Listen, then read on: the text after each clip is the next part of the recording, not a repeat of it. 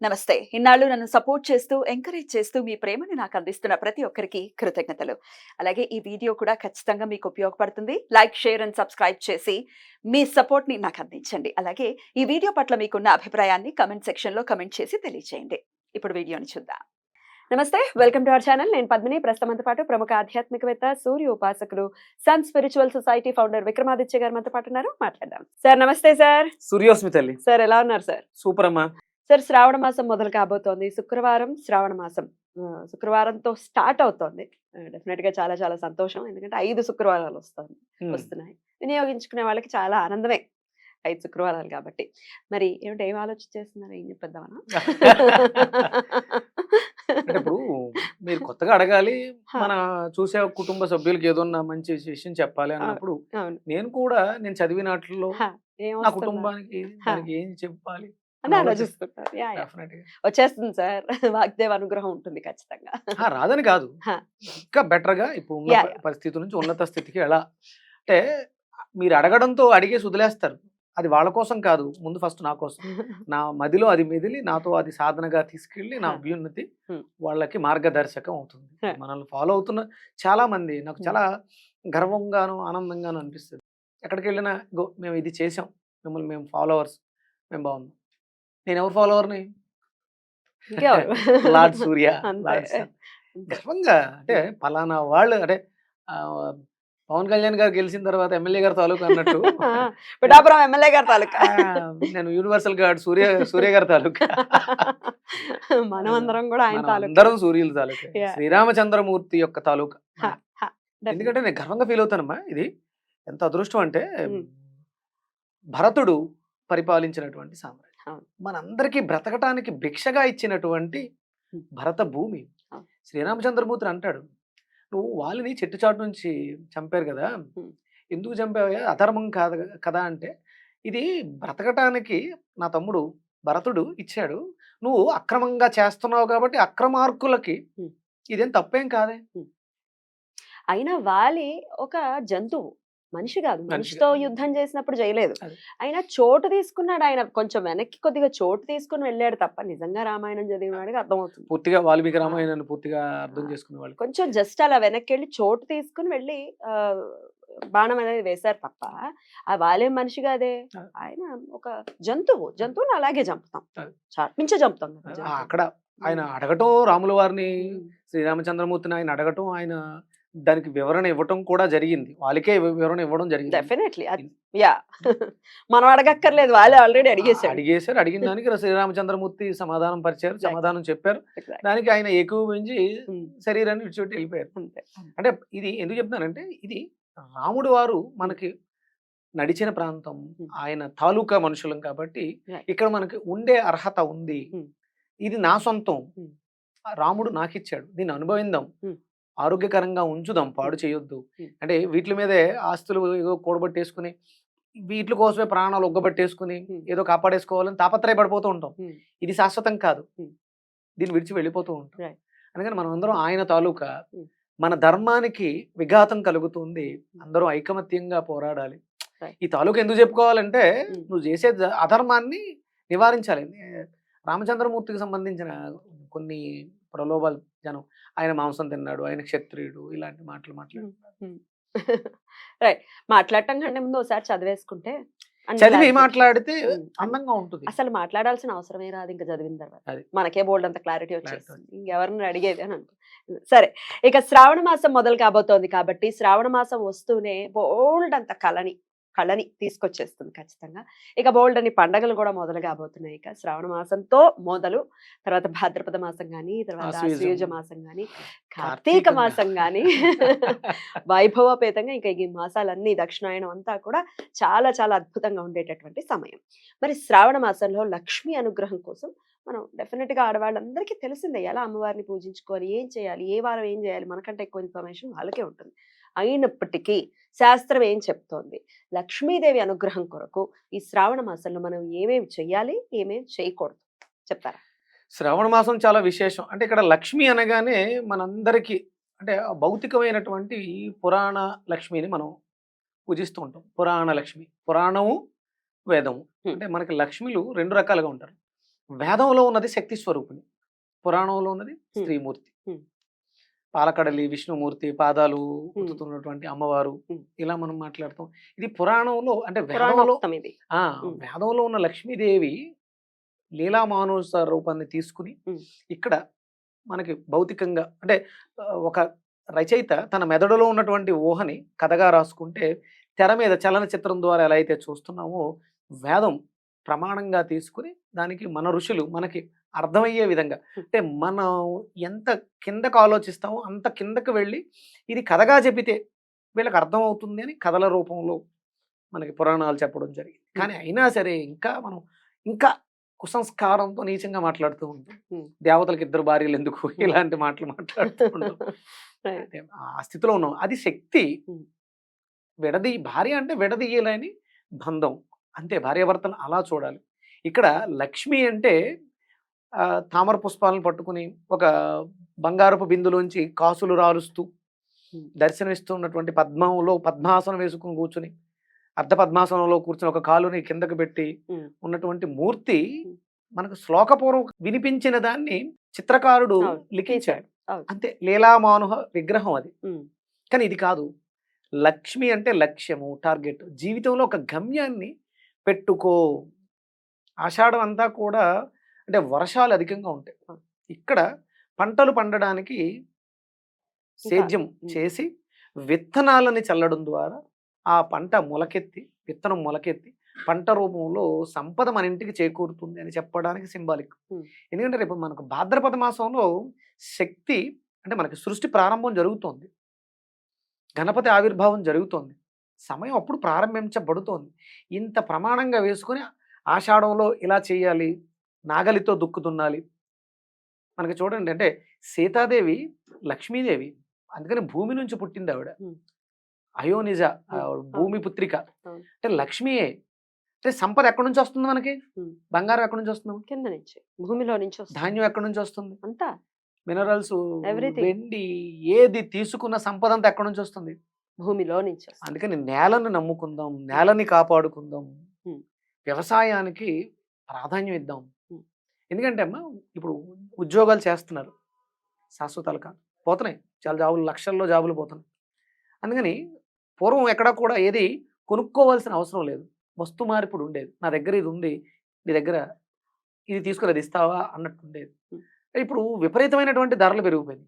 ఎందుకు అంటే ప్రొడక్షన్ లేదు, ఉన్నదానికి ఎవడో చేస్తే అధిక ధరలు విక్రయించడం జరుగుతుంది. అందుకని ఇది వ్యవసాయానికి, ఏ వ్యవసాయం అంటే మనలో ఉన్నటువంటి భూమి తల్లిని, మాలిన్యాల్ని శుభ్రంగా దుక్కి దున్నేసి శక్తివంతంగా నేలని సారవంతంగా తయారు చేద్దాం, మంచి ఆహారాన్ని భుజిద్దాం. అంటే ఇక్కడ నేను పంట పండాలి అంటే నేల బాగుండాలి, నేల బాగుండాలంటే దాంట్లో ఉండేటువంటి మూల పదార్థం ఏదైతే ఉందో, అది బ్రహ్మ పదార్థం ఏదైతే ఉందో అది బాగుండాలి.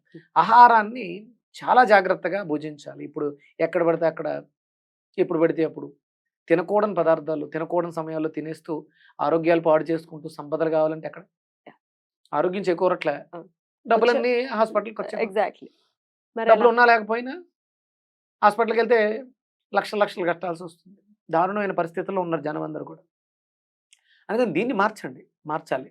ఆహారం మీద శ్రద్ధ పెట్టండి. మనకంటూ ఒక గమ్యం ఏంటి అంటే, ముందు నేను పరిశుద్ధమైనటువంటి, శుద్ధికరమైనటువంటి, నా దేహానికి ఉపయుక్తకరమైనటువంటి ఆహారాన్ని భుజిస్తాను అనే సంకల్పం పెట్టుకోవాలి ఈ శ్రావణ మాసంలో.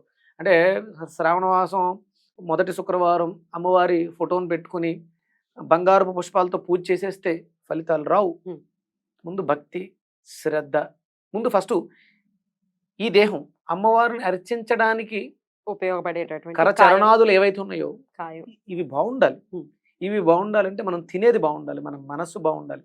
అప్పుడు మీరు పలికేటువంటి ప్రతి పదము మంత్రమై మీకు అద్భుతమైనటువంటి శక్తిని, సంపదని తీసుకొస్తుంది. మరి ఏం తినాల్సి ఉంటుంది ఈ మాసం కూడా మొత్తం? మంచి గుమ్మడికాయ.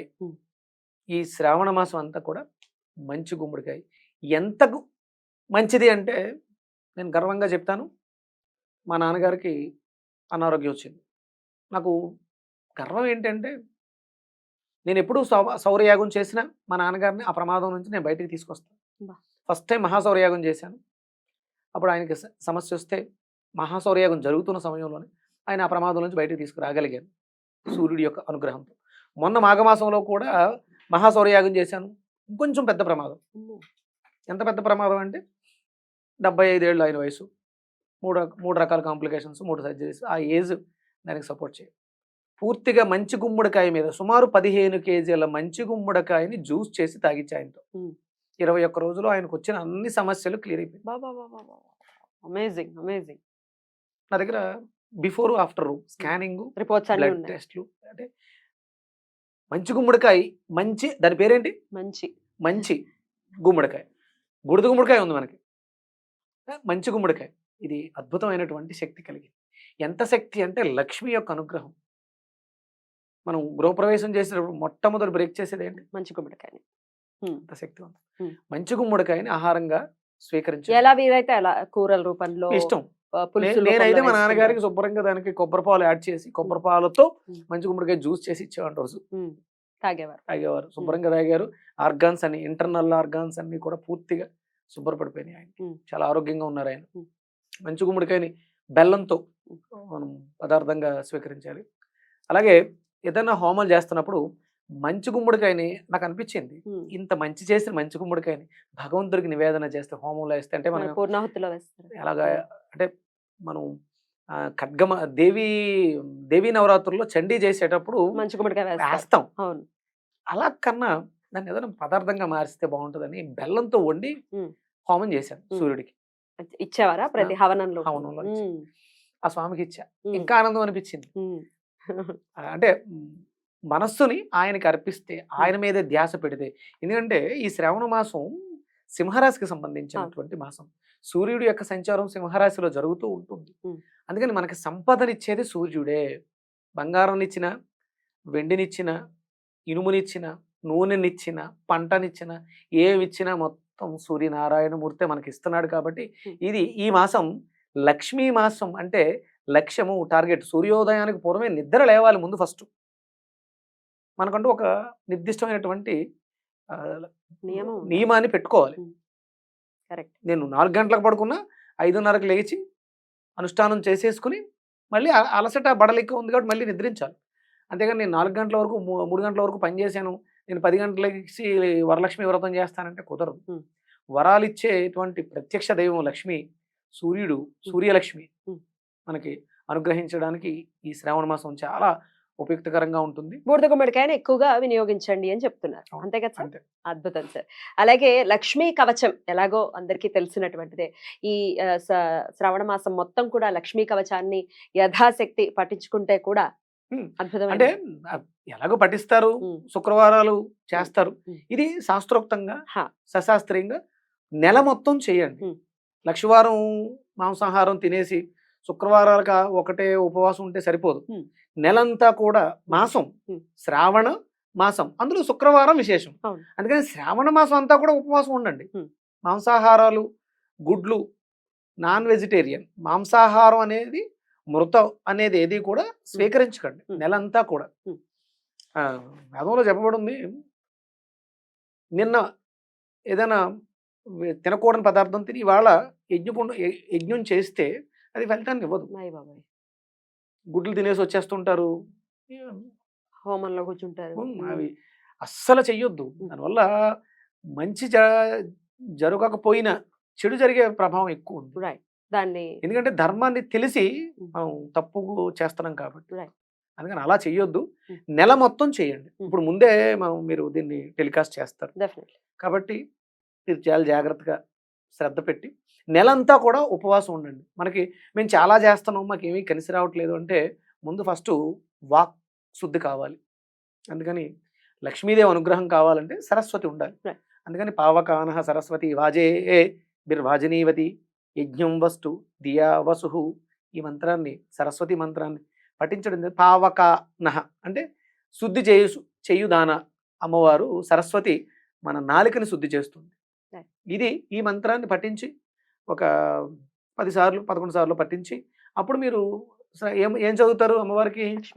లక్ష్మీ కవచం, లక్ష్మీ అష్టకం, ఇక లలిత, ఇవన్నీ చేస్తారు కదా. ఇవన్నీ చేసుకోండి ముందు. ఫస్ట్ ఈ మంత్రాన్ని, ఈ వేద మంత్రం ఇది, వేదంలోంచి వచ్చినవి మాత్రమే మంత్రాలు, మిగతావన్నీ కూడా శ్లోకాలు, స్తోత్రాలు. కానీ దీనికి చాలా పవర్ఫుల్, చాలా శక్తి.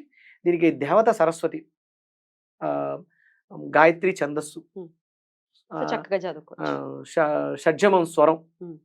మనం స్వరంతో పని లేదు, అర్థం తెలిస్తే సరిపోద్ది. ఈ మంత్రం మన నాలికని, మన వాక్కుని శుద్ధి చేస్తుంది. పావకాన సరస్వతి అనే మంత్రం మన నోటిని శుద్ధి చేస్తుంది. ఇంకొకసారి చెప్పండి సార్. పావకాన సరస్వతి వాజే బిర్వాజనీవతి యజ్ఞం వస్తు దియా వసు. ఓం పావకాన సరస్వతి వాజే బిర్వాజనీవతి యజ్ఞం వస్తు దియా వసు. అనుదాత్త ఉదాత్తాలతో పలికితే అందం వేరు. అది ఇంకా నేర్చుకునే స్థితిలో నేర్చుకుంటున్నాను. అంటే నేను ఎప్పుడో పూర్తిగా నేర్చుకున్న తర్వాత మీకు చెప్పేది ఈ లోపు పుణ్యకాలం అయిపోతుందని నాకు ఆత్రం ఎక్కువ, ముందే చెప్పేస్తాను. అక్కడ నేర్చుకోవడం ఇక్కడ ఇక్కడ వచ్చి చెప్పేయడం. చెప్పేయడం చాలా అద్భుతంగా తెలియజేశారు. ఈ శ్రావణ మాసం అంతా కూడా వాగ్దేవి అనుగ్రహంతో, సరస్వతి అనుగ్రహం ఉంటే అన్ని వచ్చేస్తాయి, అందులో ఇంకా సందేహమే లేదు. లేదు. Right sir, thank you so very much ఆ సార్. చివర్లో మరి ఆ లక్ష్మీ కవచం వేస్తావా? మస్తకం పాతుమే. నేను ఒక షార్ట్ చూశాను ఇది, లక్ష్మీ కవచం చదువుతూ పెట్టావు. నేను అప్పుడే చెప్పాను. బాగుంది. మన వాళ్ళ కోసం దాన్ని వినిపించు. తప్పకుండా. అందరూ కూడా అంటే కొత్తగా యాడ్ చేసాం అవగాహన సరస్వతి. లక్ష్మి సరస్వతి ఉన్న చోట లక్ష్మి స్థిరంగా ఉంటుంది. లక్ష్మి చెంచలం, కొంచెం అటు ఇటు వెళ్ళొచ్చు. సరస్వతి ఉంటే మాత్రం లక్ష్మి కంపల్సరీ ఖచ్చితంగా ఉంటుంది. Beautiful sir. సరస్వతి ఉంటే మర్యాద ఉంటుంది. లక్ష్మితో పాటు చాలా రకాలు ఉంటాయి. ఉంటాయి. లక్ష్మి ఉంటే లక్ష్మి ఒక్కరితే ఉంటుంది, సరస్వతి ఉంటే లక్ష్మి ఉంటుంది, ఇంకా చాలా చాలా ఉంటాయి. Right sir, thank you so very much sir. నమస్తే. సూర్యస్మృతి.